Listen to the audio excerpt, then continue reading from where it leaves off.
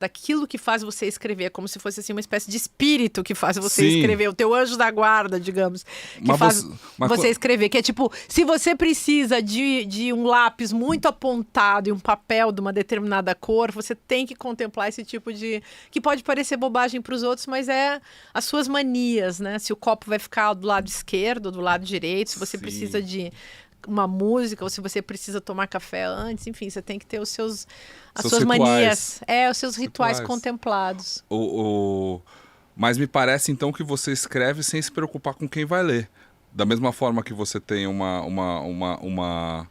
postura indiferente a esse tanto de crítica, assim, que parece, assim, Teve momentos nessa diferentes. força. Não, teve momentos diferentes. Por exemplo, quando eu era mais nova, eu era muito mais fechada no meu universo. E aí eu escrevia literatura, assim... meus primeiros livros, que eu chamo de literatura selvagem, eu fazia experimentos linguísticos tais que eu realmente não me importava com nada. Eu queria era a viagem da linguagem. Mas depois fui amadurecendo e fui me interessando mais pelo mundo lá fora.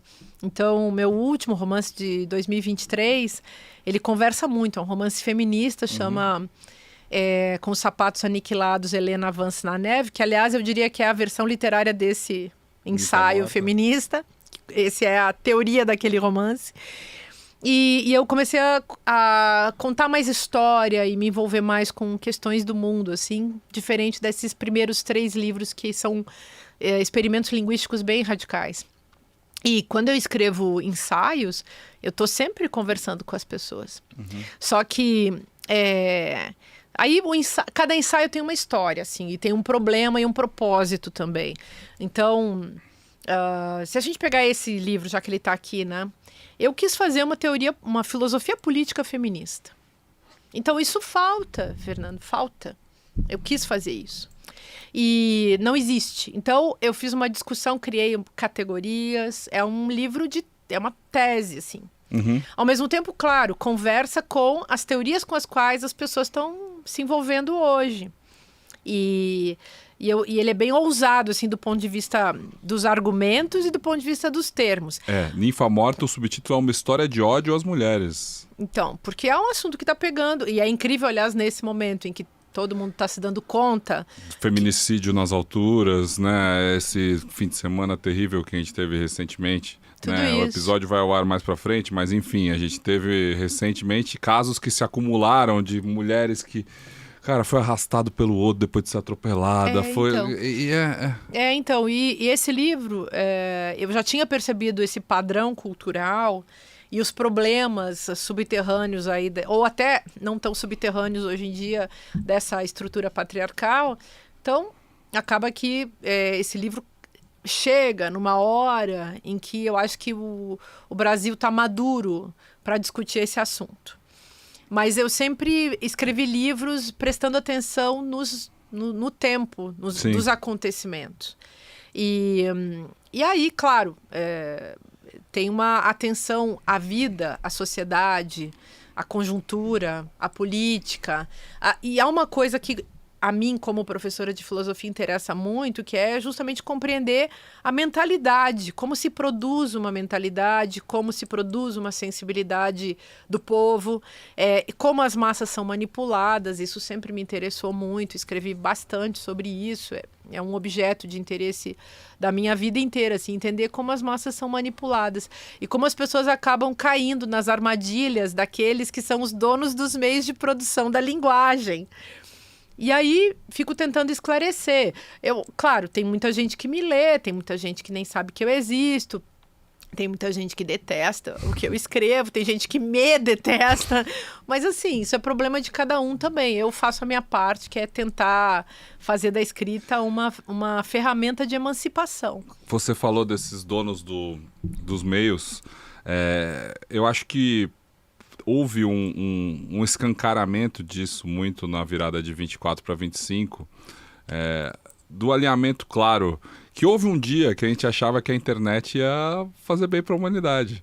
Pelo menos eu, na minha inocência, achava que a democratização da mídia era algo que a gente estava quebrando com os monopólios de comunicação e que cada pessoa podia ser a sua própria Rede Globo, porque a gente tem o acesso e isso é benéfico para todo mundo. Aí, na virada da eleição de Trump, a gente vê lá o Mark Zuckerberg, o Elon Musk, no final das contas eles colonizaram a internet. O Varoufakis fala lá do tecnofeudalismo e somos hoje... Vivemos dentro desse terreno feudal, né? Você observou isso também nessa trajetória e quando você estuda a manipulação das massas, ficou muito claro, né? São ferramentas de manipulação externa, armas de produção de linguagem, né? Armas de dominação global. Exatamente. Armas de dominação global. Então, as Big Techs são isso, né? As Big Techs são essas empresas que são donas dos meios de produção da linguagem e eles, claro, para a sustentação do seu próprio domínio e do seu lugar de privilégio econômico, principalmente, eles precisam, como capitalistas que são, comandar a cabeça das pessoas, né? O capitalismo é isso, né? Um comando espiritual da cabeça das pessoas, que precisa evitar que se descubra como ele funciona, né? Então, pessoas como nós, que ficamos aí só contando como que funciona, já somos, digamos, persona não grata para os donos dos meios de produção da linguagem. Nas minhas teorias sobre o fascismo, por exemplo, eu falava muito isso. O fascismo, porque tem muita teoria que diz, por exemplo, que tem pulsões, na linhagem muito psicanalítica, então... os afetos, os ressentimentos, aquelas coisas não elaboradas, acho que tudo isso entra no cálculo, tudo isso também tá valendo. Porém, tem um aspecto que eu levantei, que eu acho que ninguém levanta, que é a novidade que eu tentei trazer, é que o fascismo ele é uma tecnologia política que ele é implantado. Então, é um jogo de manipulação de massa que parte justamente de um jogo de linguagem. Eu tentei fazer uma leitura do fascismo nos livros que eu escrevi, mostrando que era um jogo de linguagem e que as pessoas aderiam ao jogo de linguagem. Um jogo de linguagem que certamente traz para as pessoas também compensações sociais, porque de repente você não tem lugar no mundo, não tem cidadania política, e de repente você está socializado ali com seus pares. Você está se encontrando dentro de um grupo de ódio e você está montando um movimento tribal ali. Exatamente. Você está encontrando gente que vai... Gente como você.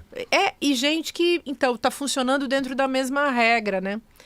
Então, isso era uma coisa que eu queria que as pessoas se dessem conta, que elas podiam participar de outros jogos de linguagem, porque a democracia também é um jogo de linguagem.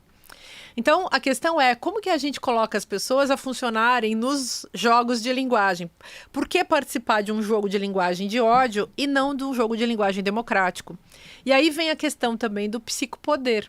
Quer dizer, o ódio é um afeto que foi transformado, uma emoção, né? Um sentimento, dá para dizer assim, grosso modo, que foi transformado numa mercadoria, que faz circular uma energia e que traz para as pessoas uma compensação emocional bem forte, mais do que, de repente, a generosidade, o amor, mais do que o respeito e tal. Só que quem faz circular essa energia são os donos desses meios de produção, são os donos das Big Techs, são os Zuckerbergs e Elon Musks e figuras do tipo. Porque o ódio, ele submete você. Então, você pode submeter uma pessoa conquistando ela pelo ódio, dando a ela a chance de odiar quem? Um inimigo. Nesse livro, aliás, eu faço muito nexo entre fascismo e machismo, nesse livro tem um capítulo sobre a construção da inimiga. Mas quem conhece o funcionamento do fascismo sabe que o fascismo é um populismo, como o machismo também é. O fascismo é um populismo, o nazismo é um populismo, e no populismo você precisa construir o povo a partir do ódio a um... Inimigo comum. Exatamente, tem um inimigo comum.